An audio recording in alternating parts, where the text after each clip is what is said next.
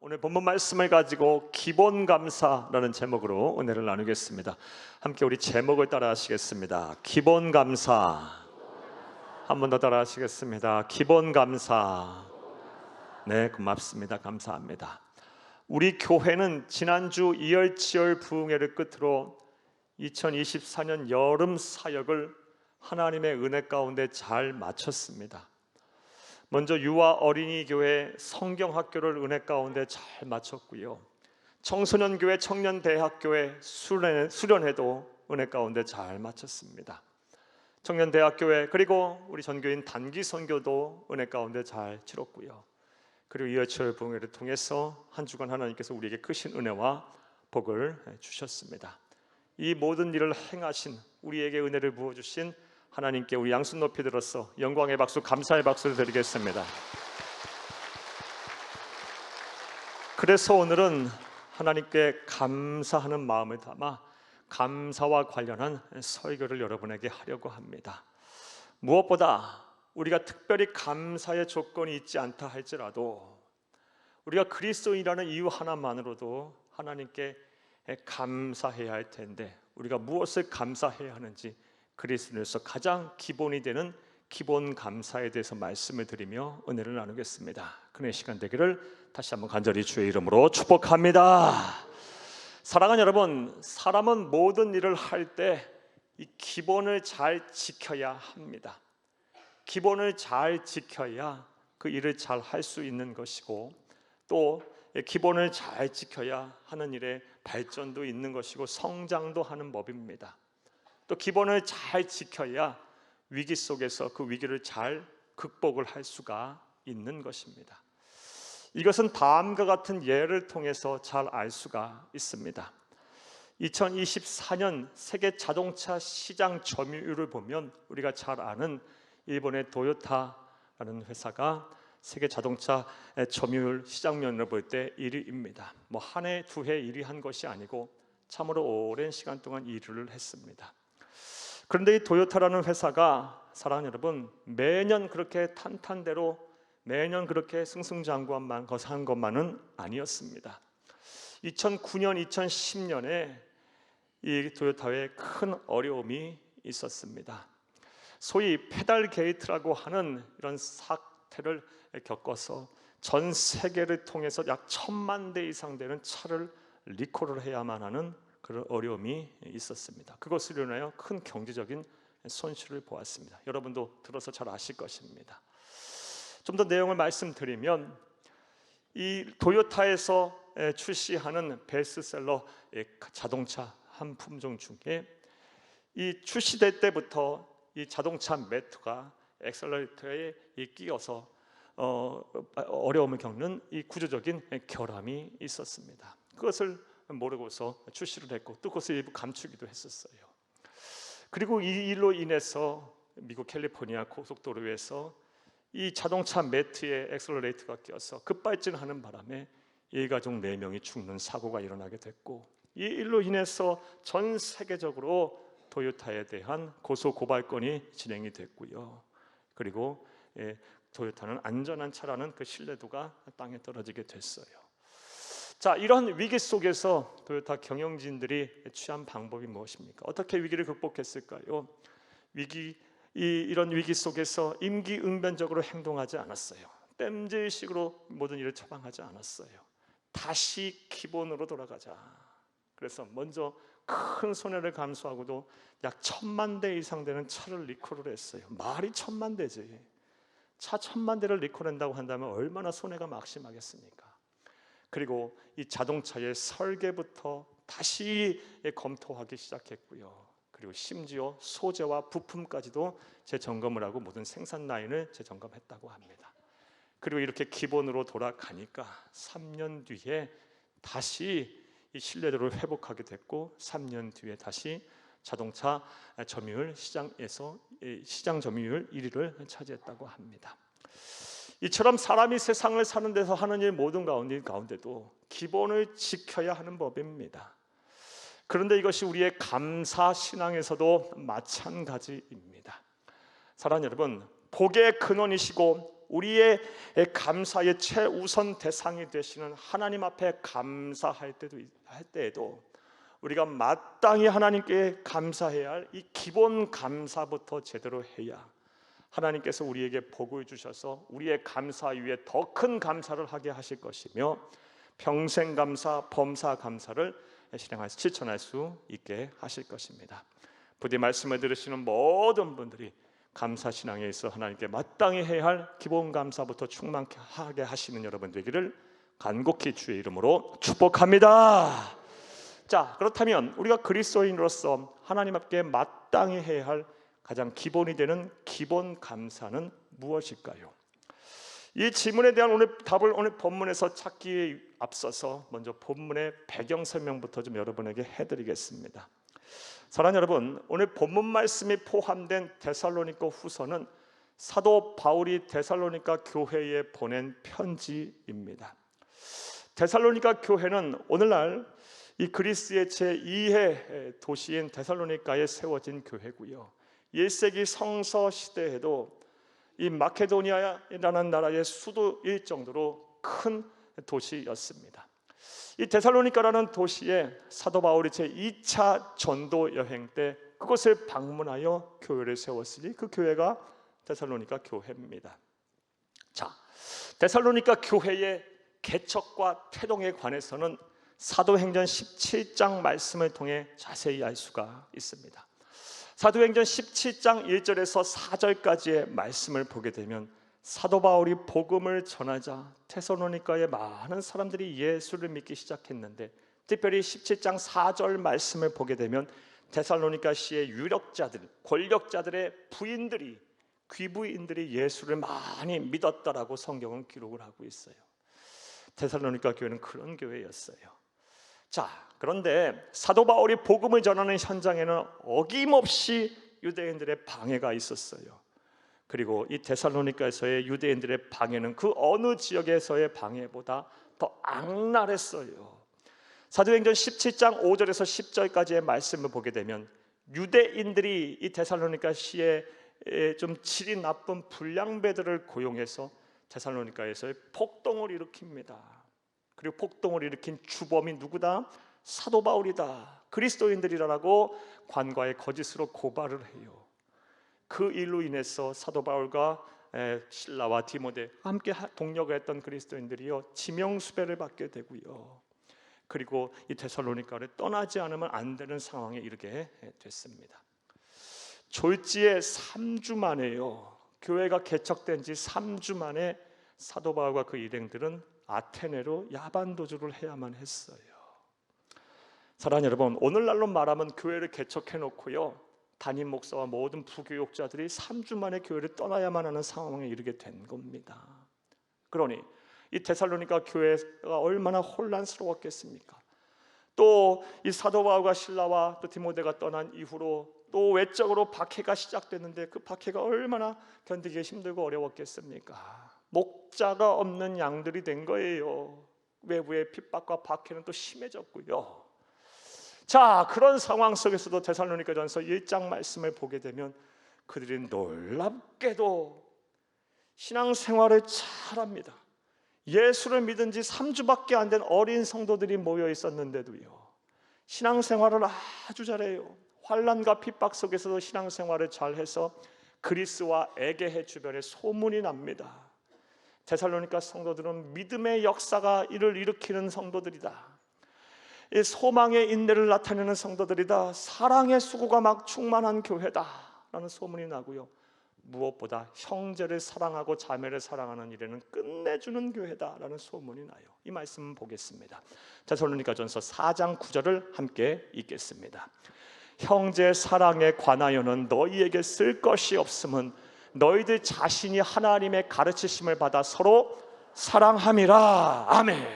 형제 사랑에 관해서는 더 이상 권면할 게 없다. 너무너무 잘하고 있다. 너무너무 잘해서 너무 칭찬할 것밖에 없다.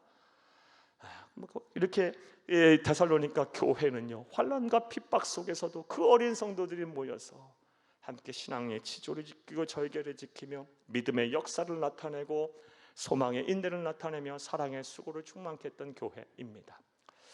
이런 데살로니가 교회를 보면서 우리 교회의 현재와 또 미래를 그려봅니다.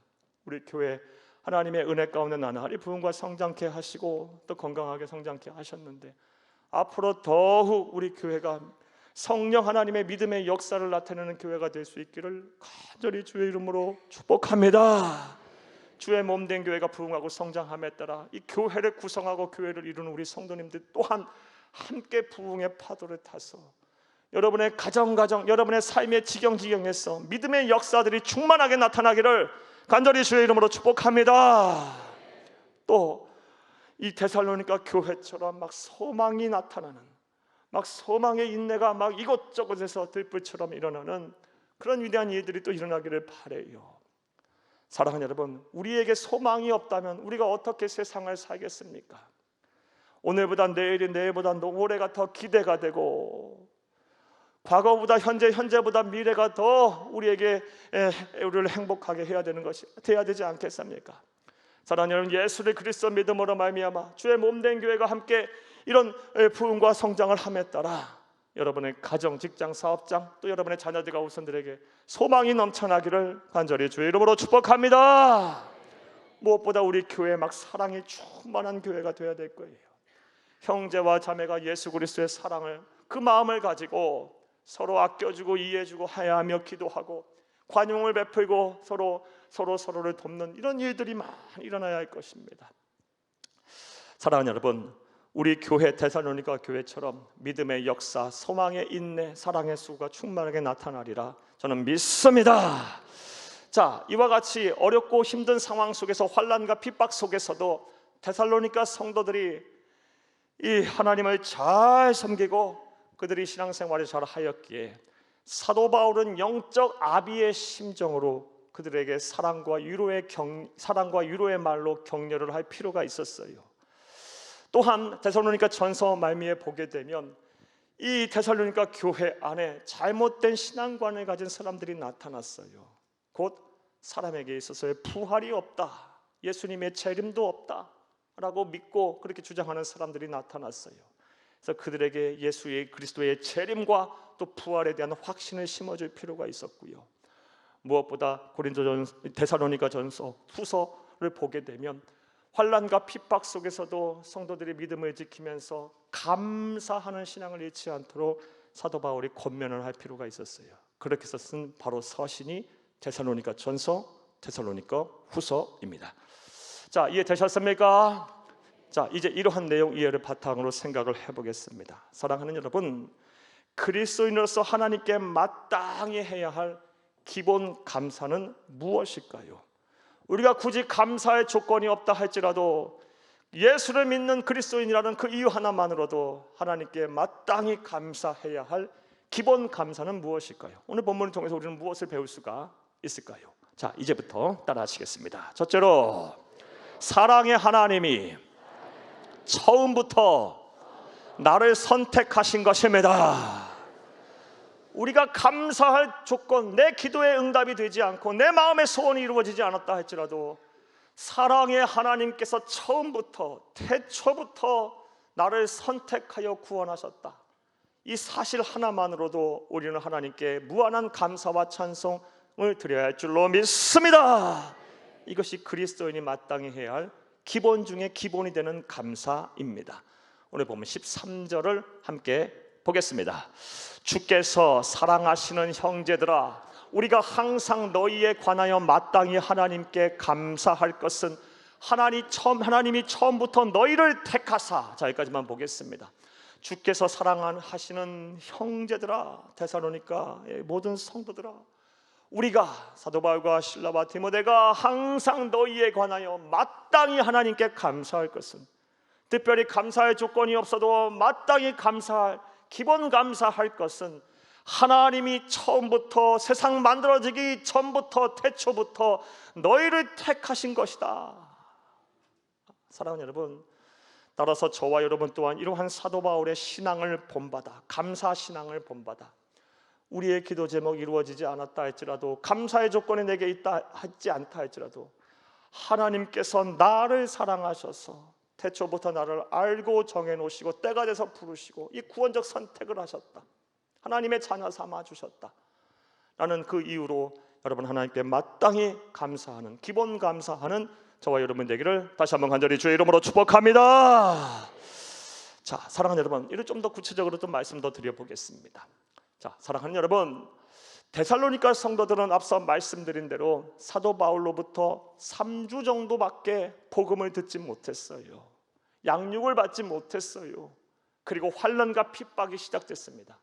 자, 그럼에도 불구하고 그들이 그런 환난과 핍박 속에서도 신앙의 절개, 신앙의 지조를 지킬 수 있었던 이유가 무엇일까요? 사랑하는 여러분, 앞서 말씀드린 대로 형제 사랑에 관해서는 끝내주는 교회였기 때문에 물론 서로 사랑하고 이해하고 더 용서하며 서로 아껴주면서 그 어려움을 함께 이겨냈을 거예요. 그런데 데살로니가 전서 후서를 또 보게 되면요, 특히 오늘 본문 말씀을 보게 되면 사도 바울은 그렇게 생각을 하고 있지를 않아요. 태초부터 하나님, 사랑의 하나님께서 너희를 선택하셨기 때문에, 구원하셨기 때문에, 그래서 구원받은 너희들이기 때문에 하나님의 은혜와 보호하심에 따라 너희들이 그 어려운 상황 속에서도 신앙을 지킨 것이다 라고 말하고 있어요. 이것은 데살로니가전서 1장 3절과 4절 말씀을 통해 더 분명하게 알 수가 있습니다. 함께 보겠습니다. 너희의 믿음의 역사와 사랑의 수고와 우리 주 예수 그리스도에 대한 소망의 인내를 우리 하나님 아버지 앞에서 끊임없이 기억하미니 하나님의 사랑하심을 받은 형제들아, 너희를 택하심을 아노라. 아멘. 하나님이 너희를 사랑하셔서 택하셨기 때문에 너희 가운데 그 환난과 핍박 속에서도 믿음의 역사가 나타난 것이고 사랑의 수고가 나타난 것이며 예수 그리스도에 대한 소망의 인내가 사라지지 않고 끊임없이 불타오르듯 타오르는 것이다, 이 말씀이에요. 이와 같이 하나님이 사랑하셔서 태초부터 구원하시기로 작정하고 선택하시고 부르신 자는요, 환난과 핍박 속에서 믿음을 지킬 수가 있어요. 저와 여러분이 그런 은혜를 받은 거예요. 자, 그렇다면 또 생각을 해보겠습니다. 하나님은 무슨 근거와 무슨 기준으로 우리를 사랑하시면서 태초부터 우리를 선택하실까요? 하나님의 선택의 기준과 근거는 무엇일까요? 이것에 대해서는 로마서 말씀을 통해 알 수 있습니다. 로마서 8장 28절을 함께 읽겠습니다. 우리가 알거니와 하나님을 사랑하는 자 곧 그의 뜻대로 부르심을 입은 자들에게는 모든 것이 합력하여 선을 이루느니라. 아멘. 우리 다 알거니와 하나님을 사랑하는 자, 하나님은 누가 사랑합니까? 하나님의 선택을 받아 구원을 받은 사람이 하나님을 사랑하는 거예요. 그 하나님을 사랑하는 자, 구원받은 사람들은 어떤 사람이랍니까? 그의 뜻대로 부르심을 받은 사람이에요. 즉 하나님께서 선택하시고 구원하시기로 작정하시는 사람, 하나님의 기준, 근거는 하나님의 뜻입니다. 더 쉬운 말로 하나님 마음대로입니다. 하나님 마음대로예요. 자, 그런데 중요한 것은 그 하나님의 무한적인 사랑과 또 일방적인 하나님의 뜻에 따른 이 구원적 선택이 우리를 향하고 있다는 거예요. 우리를 포함하고 있다는 사실입니다. 사랑하는 여러분, 도대체 우리가 무엇이고 누구이기에 하나님은 우리를 무한적으로 사랑하시면서 세상 만들어지기 전부터, 창세 전부터 우리를 알고 정해놓고 때가 돼서 부르시고 부르심의 믿음으로 화답하여 구원을 받게 하셨을까요? 이건 하나님의 은혜 아니면 설명이 안 되는 겁니다. 사랑하는 여러분, 세상에는 우리보다, 예수 안 믿는 사람 중에 우리보다 더 윤리적인 사람들 많습니다. 더 도덕적인 사람도 많아요. 더 정의로운 사람도 많고요. 더 선행을 일삼는 사람도 많아요. 더 세상의 이치를 깨달은 사람도 많습니다. 그런데 그런 것들이 하나님의 선택의 기준, 구원의 기준이 아니라 하나님 뜻, 하나님 마음대로랍니다. 그런데 도대체 저와 여러분이 누구이고 무엇이길래 하나님은 우리를 세상 만들어지기 전부터 알고 정해놓고 때가 돼서 부르시고 믿음으로 화답하여 구원에 이르게 하셨을까요? 하나님이 저와 여러분을 어마어마하게 사랑하는 거예요. 이거는 설명이 안 될 정도로 사랑하고 우리를 귀하게 여기시는 거예요.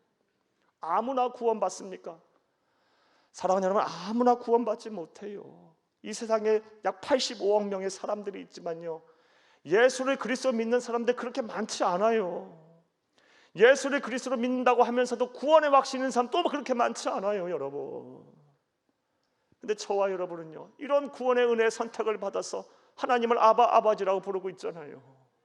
이게 얼마나 놀라운 은혜입니까? 얼마나 놀라운 은총입니까? 따라서 저와 여러분은 비록 우리가 감사할 조건이 없다 할지라도, 아무것도 내 속에 이루어진 거 없다 할지라도, 내 앞에 이루어진 거 없다 할지라도, 하나님이 나를 무한정 사랑하셔서 창세전부터 나를 일방적으로 선택하여 구원하셨다. 이 은혜 하나만으로도, 이 사실 하나만으로도 하나님께 마땅히 감사할 수 있는 여러분이 되기를 대할 줄로 믿습니다. 이것이 바로 그리스도인이 해야 할 기본 감사입니다. 기본 감사를 잘해야 그 위에 더 큰 감사를 하나님이 하게 하시는 거예요.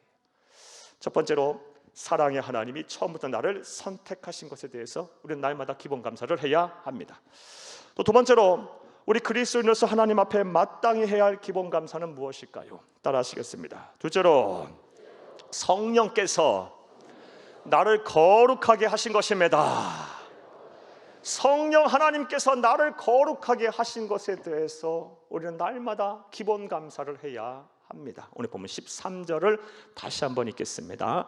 주께서 사랑하시는 형제들아, 우리가 항상 너희에 관하여 마땅히 하나님께 감사할 것은 하나님이 처음부터 너희를 택하사 성령에 거룩하게 하심과, 아멘. 여기까지 보겠어요. 우리가 날마다 매일 기본 감사하는 것이 있는데, 굳이 감사할 조건이 없어도 너희를 생각하면서, 데살로니가 성도들아, 너희를 생각하면서 날마다 기본 감사하는 것이 있는데, 태초부터 하나님이 너희를 사랑하셔 선택하신 것과 더불어 그 선택을 받고 구원을 받은 순간 너희 심령에 임하신 하나님의 영, 그리스도 영인 성령님께서 너희를 거룩하게 하신 것에 대해서 우리는 날마다 감사하고 기본 감사한다, 이 말이에요. 그러므로 저와 여러분도 이러한 사도 바울의 신앙을 본받아, 감사 신앙을 본받아, 우리 또한 감사의 조건이 굳이 없어도, 지금 내 마음의 소원이 다 이루어지고 내 기도 응답이 되지 않았다 할지라도 성령 하나님께서 내 심령에 거하시면서 내 심령을 거룩하게 하신다는 그 이유 하나만으로도 하나님 앞에 감사, 기본 감사하는 여러분이 다 되시기를 간곡히 주의 이름으로 부탁합니다. 이 또한 또 구체적으로 더 말씀 사랑하는 여러분 드려보겠습니다. 사랑하는 여러분, 우리가 우리의 죄를 회개하고 예수님을 구세주로 믿게 되면 우리에게 놀라운 일들이 일어나는데, 그 중에 놀라운 일 하나가 무엇이냐? 성령 하나님이 우리의 심령에 들어오신다는 거예요. 우리의 마음 속에 들어오시고 우리 생각 속에, 우리 영혼 속에 들어오신다는 겁니다. 그래서 우리가 하나님의 나라 가는 그날까지 우리를 지키시고 보호하시고 함께 하세요. 돕는 영, 보혜사로 우리와 함께 하세요. 그분이 우리와 함께 하시면서 여러 가지 일을 돕는데, 그 중에 한 가지가 무엇이냐? 우리로 하여금 죄짓지 않고 거룩하게 살게 하신다는 겁니다. 이전에는 성령님을 우리의 심령에 모시고 살기 전에는 죄가 무엇인지 잘 몰랐어요. 불신자일 때 세상 사람들과 똑같이 사는 것, 그것이 죄인지 몰랐어요. 그런데 성령 하나님을 모시고 산 그 순간부터, 다시 말해 구원받고 영생한 그 순간부터 죄가 무엇인지를 깨닫게 되고요, 이렇게 살면 안 된다는 거, 하나님 말씀대로 사는 것이 아니라는 것을 알게 되고요, 그리고 죄를 지면 마음 불편해서 살 수가 없어요. 여러분에게 한번 여쭤보겠어요. 이 자리에서 와서 예배 드리시는 여러분들, 여러분이 만약 구원받은 하나님의 백성이고 여러분의 심령에 성령 하나님을 모시고 산다면요, 여러분 세상 사람들처럼 살려면 살 수 있겠어요? 여러분 불편해서 못 사실걸요. 괴로워서 못 사실걸요. 여러분 마음 불편해서 너무 힘들어서 못 사실걸요. 우리는 이미 그렇게 살 수 없는 사람들이 됐어요. 왜요? 성령 하나님이 거하시면서 우리로 하여금 끊임없이 성결하게 살라고, 거룩하게 살라고 책망하시고 가르치시고 회개케 하시기 때문이에요. 이게 하나님이 하시는 일이에요. 특별히 성령 하나님이 무엇을 하시냐? 우리의 힘과 우리의 의지와 우리의 생각으로 도저히 할 수 없는, 끊어버릴 수 없는, 제어할 수 없는 과거의 악한 행실과 생각과 모든 습관들을 제어해 주세요. 끊어버리세요. 절단하세요. 재단해버리세요. 이런 일들을 행하세요. 이와 관련해서 다음과 같은 말씀을 하나 드리겠어요. 설교 준비하다 부산에서 지금 열심히 목회하시는 오늘 목사님이 쓴 간증 하나를 읽어봤어요. 이 목사님 심무하시는 교회의 어느 한 권사님에 대한 이야기입니다. 자매님의 이야기예요. 이 권사님이요, 고등학교 때부터 심한 우울증을 앓으셨다고요. 지금은 이제 40대 후반 50이 다 되셨어요. 그런데요, 백약이 무효예요. 어디를 가서 무슨 약, 어떤 치료를 받아도 이 우울증이 사라지지 않는 거예요. 그런데 신기하게도 담배를 피니까 마음이 평안해지더래요. 참 별일도 다 있어요, 여러분.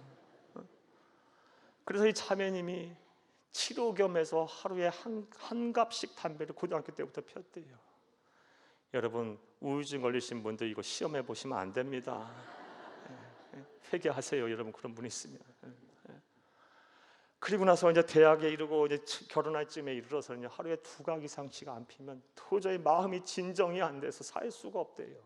그 시점 되면 이미 또 담배를 끊을 수 없는 상황에 이르게 된 거고요.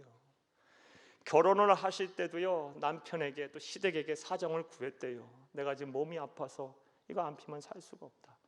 담배 피는 그런 며느리 받는 며느리로 드릴 것을 좋아하는 시부모님이 어디 있겠습니까? 좀 마음 불편해도 네가 아프니까 내가 이해하겠다 그러고 결혼을 시켰대요. 근데 이 자매님도 괴롭겠죠. 물론 담배를 하루에 2각씩 피니 몸이 성할 날이 있겠어요. 몸도 힘들고요. 아이를 낳고 나서 더 힘들어지는 거예요. 아이에게 직접적인 어려움이 되니까요. 끊어야겠다 끊을 수가 없는 거예요. 그런 가운데 전도를 받고 예수를 믿기 시작하니까 더 괴로운 거예요.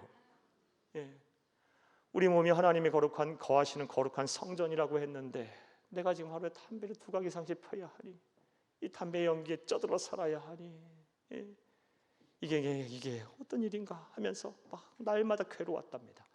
그래서 어느 날부터 이제 작정하며 기도를 했대요.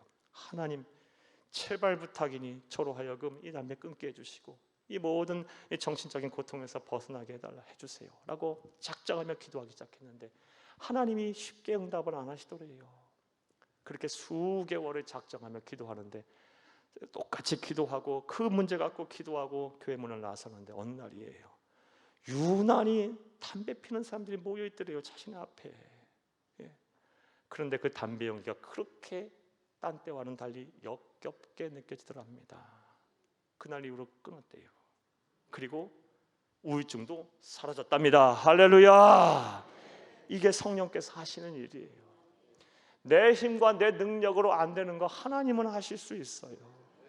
거룩하신 성령, 전지전능하신 그 성령님께서 우리의 심령에 거하시면서 이전보다 더 거룩하게 살게 하시고 죄짓지 않게 하시며 내 힘과 내 능력으로 안 되는 거 하나님께서 해결해 가시는 거, 우리가 이런 하나님을 모시고 사는 이유만으로도 내 삶에 감사의 조건이 없어도 우리는 감사해야 할 줄로 믿습니다. 이것이 바로 성도들이 반드시 해야 할 기본 감사입니다. 기본 감사. 기본을 잘 지켜야 되는 거예요. 감사 신앙도 기본 감사를 잘해야 하나님이 그 위에 더 큰 감사를 하게 하시는 거예요. 또 세 번째로 그리스도인으로서 하나님께 마땅히 해야 할 기본 감사에는 어떤 것이 있을까요? 자, 따라 하시겠습니다. 셋째로 진리를 믿어 구원을 받게 하신 것입니다. 진리는 하나님의 말씀이고요, 구원에 이르는 진리는 복음입니다. 진리 즉 복음을 믿어 구원을 받게 하신 것에 대해서 우리는 기본 감사를 해야 할 줄로 믿습니다. 오늘 보면 13절을 다시 한번 읽겠습니다. 주께서 사랑하시는 형제들아, 우리가 항상 너희에 관하여 마땅히 하나님께 감사할 것은 하나님이 처음부터 너희를 택하사 성령에 거룩하게 하심과 진리를 믿음으로 구원을 받게 하심이니. 아멘, 아멘, 아멘. 사도 바울과 디모데와 실라는요, 이 데살로니가 성도들을 향해서 말하고 있어요. 너희들에게 특별히 내가 감사할 조건은 없지만 하나님께서 일찍이 태초부터 너희를 선택하여 자녀 삼아 주시고 또 거룩하신 하나님의 영인 성령님을 너희들의 심령에 보내주셔서 거룩하게 살게 하실 뿐더러 무엇보다 진리인 복음을 믿어서 구원에 이르게 하신 것이다. 사랑하는 여러분, 따라서 저와 여러분 또한 진리인 하나님의 말씀, 무엇보다 구원에 이르는 진리인 복음을 우리가 알고 듣고 믿어 구원받은 것에 대해서 우리가 감사해야 할 줄로 믿습니다. 감사의 조건이 없어도 이유 하나만으로도 기본 감사하는 거예요. 이 또한 구체적으로 좀 말씀드려 볼게요. 사랑하는 여러분, 세상에는요 아직도 복음을 들어보지 못한 사람들이 많습니다. 접하지 못한 사람들이 많아요. 그래서 우리는 전도해야 하는 것이고 선교해야 하는 거예요. 예. 아직도 복음을 듣고 복음을 들어보지 못하고 접해보지 못해서 구원의 기회를 제대로 못 잡아본 사람들이 많아요. 이런 사람은 얼마나 불쌍한 사람들입니까? 그런데 우리는 어떠합니까? 복음을 그 누구보다도 똑똑히 알고 들었고요, 그리고 그 복음을 아주 쉽게 접하고 있으면서 그 복음을 통해서 우리는 예수를 믿어 구원에 이르게 됐어요. 이게 얼마나 우리에게 놀라운 은혜입니까? 여러분, 예를 한번 들어볼게요. 지금 여기서부터 딱 출발해서 차 안 막힌다면요 1시간 반, 2시간 안에 개성 땅이 나와요. 북한 땅이요. 개성 땅이면 거기에 우리가 똑같은 피부색을 가지고 우리와 똑같은 역사를 가진 우리의 동족이라고 하는 사람들이 살고 있는데요, 그새는 복음이 없어요, 여러분. 예. 사랑하는 여러분, 그런데 우리는 복음을 정확하게 듣고 진리인 구원에 이르는 진리인 복음을 정확하게 알고 있으며 그것을 믿어 구원에 이르게 됐지 않습니까? 이것이 얼마나 놀라운 은혜입니까? 무엇보다 이 구원에 이르는 진리인 복음이 믿어진다는 것이 이게 놀라운 또 은혜예요. 사랑하는 여러분, 평생 예수를 믿으라고 하는 소리를 듣고 교회를 들락거리지만 안 믿어져서, 복음이 안 믿어져서, 진리인 복음이 안 믿어져서 예수 못 믿고 구원 못 받는 사람 많습니다. 저는 3대째 목회자 집안의 아들이라고 하면서 모태신앙이라고도 하고 또 교회를 떠난 적이 없다고 하면서도 복음이 안 믿어져서 구원 못 받겠다고 하는 사람도 봤어요. 안 믿어져서 못 믿는 거예요, 여러분. 안 믿어지는 걸 어떻게 해요, 여러분? 믿음도 하나님이 주셔야 하는 거예요. 성령 하나님께서 깨닫게 하시고 믿게 하셔야만 그 구원에 이를 수 있는 거예요. 그런데 우리는 어떠합니까? 우리 대부분은요, 참 놀랍게도 구원에 이르는 진리인 이 복음을 알고 듣고 알았을 뿐만 아니라 이게 믿어지잖아요. 생명의 말씀으로 믿어지잖아요. 우리 예수님 얼굴이라 한 번이라도 본 적이 있습니까? 여러분, 나와 지금 대면하고 있는 사람도 믿기라는 거 쉽지가 않아요. 그런데 지금으로부터 약 2000년 전에 지구 반대편에서 30년간 살다가 죽은 청년, 그리고 부활했다라고 했다는 그 청년을 막 믿고 그리고 나를 구세주로 믿는다. 그러니까 세상 사람들이 보기에 우리를 우습게 여기는 거예요. 바보 같다 생각할 거예요. 그런데 우리는 믿어지잖아요.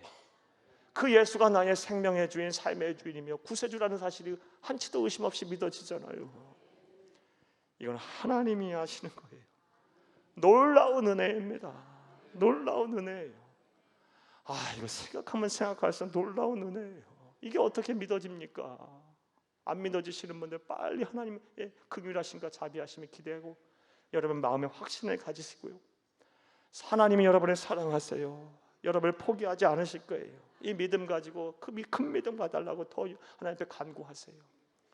반드시 여러분에게 찾아가서 여러분에게 큰 믿음을 주실 거예요. 여러분의 마음의 문을 두드리고 있는 그 성령 하나님의 음성의 문을 열고 예수님의 구세주를 영접하세요.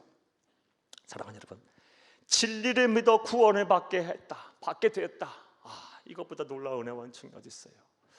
그러므로 우리는 우리의 삶의 문제가 해결되지 않았다 할지라도, 감사의 조건이 없다 할지라도 이거 하나만으로도 놀라운 은혜와 은총임을 알고 하나님께 무한한 영광과 감사를 드리는 기본 감사를 제대로 하는 성도님들이 다 되시기를 간절히 주의 이름으로 축복합니다.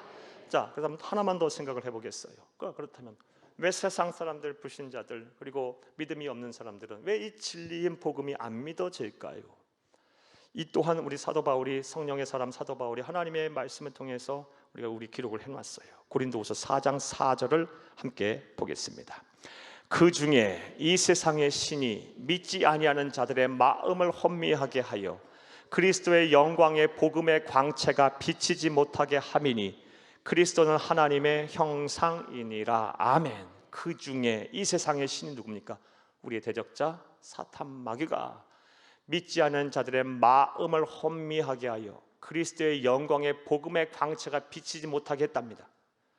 그러니까 복음을 듣고 알고 믿지 못하게 하도록 이 세상 사람들의 귀를 막고 눈을 닫고 그 심령에 의심과 불신의 씨앗을 뿌려놓았기 때문에 혼미케 돼서 복음의 광채가 비치지 못하는 거예요. 사랑하는 여러분, 자, 그런데 우리는 어떠해요? 우리는 이 복음이 진리임을 알고 구원에 이르는 진리임을 알고 우리는 복음을 듣고 믿어 예수를 그리스도 영접하여 구원을 받았잖아요. 자, 그렇다면 이 고린도후서 4장 4절 말씀의 근거에 볼 때도 우리는 감사할 것이 충만해요. 사랑하는 여러분, 사탄 마귀 때문에 그들이 그 사탄 마귀가 우리의 눈을 막고 귀를 막고 의심과 불신의 씨앗을 뿌려서 예수를 못 믿게 했다면, 복음의 광채가 바라지 못했다면, 우리는 그 반대 상황이니까 우리는 사탄 마귀의 지배 속에 있는 게 아니라 성령 하나님의 인도와 보호하심 속에 있는 거예요.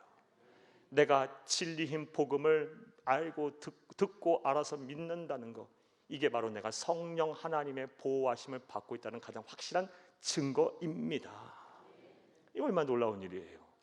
그러니 이것만 가지고도 또 기본 감사를 해야 할 줄로 믿습니다. 자, 이제 말씀 맺겠습니다.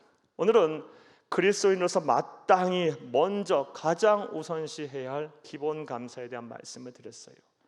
내 삶의 문제가 해결된다고 해서, 내 감사의 조건이 있다고 해서 감사하는 것이 아니라, 그런 감사는 누구나 할 수 있어요. 예. 이런 것 말고도 하나님이 가장 찾으시고 원하시는, 가장 우리가 우선시해야 될 감사, 기본 감사, 이 기본 감사를 잘 해야 이 기본 감사에 더 큰 감사를 하게 하시는 거예요. 하나님께서 우리에게 말씀해 주셨어요. 사랑의 하나님이 처음부터 나를 선택하신 것, 태초부터 나를 예정하시고 때가 돼서 부르시고 그 부르심에 믿음으로 화답했더니 구원을 받게 됐다. 도대체 내가 무엇이고 누구이길래 나를 선택하셔서 구원하셨는가? 이거 하나만 가지고도 우리는 감사해야 될 거예요. 또한 성령께서 나를 거룩하게 하셨다. 예, 구원받은 이후에 성령께서 내 심령에 들어오셔서 죄가 무엇인지 깨닫게 하시고, 죄짓지 않게 하시고, 죄짓으면 불편하게 하시고, 내 힘과 능력으로 제어 안 되는 거 하나님이 끊어주시고 해결해 주시고, 이것이 얼마나 놀라운 은혜와 은총입니까? 무엇보다 구원에 이르는 진리인 복음을 알고 듣고 믿게 됐다는 거, 야, 이 믿음이 어떻게 생겼어요? 하나님이 내게 주신 거고 성령 하나님 인도와 보호하신 거예요. 마음속에 있는 거예요. 그러니 이거 얼마나 감사할 일입니까? 이런 기본 감사를 충만케 하세요. 그러면 하나님 매우 기뻐하실 것이고 매우 감동하셔서 여러분의 삶 속에 더 큰 감사를 폭포수와 같이 부어주실 줄로 믿습니다. 여러분의 삶의 지경이 행여 메마른 곳이라 할지라도 여러분 그곳에서 여러분의 영혼을 만족하게 하실 것이며, 여러분의 삶의 지경을 물된 동산 마르지 않은 샘같이 되게 하실 줄로 믿습니다. 일어나 보기 여러분 가운데 충만하기를 다시 한번 간절히 주의 이름으로 축복합니다. 축복합니다. 축복합니다.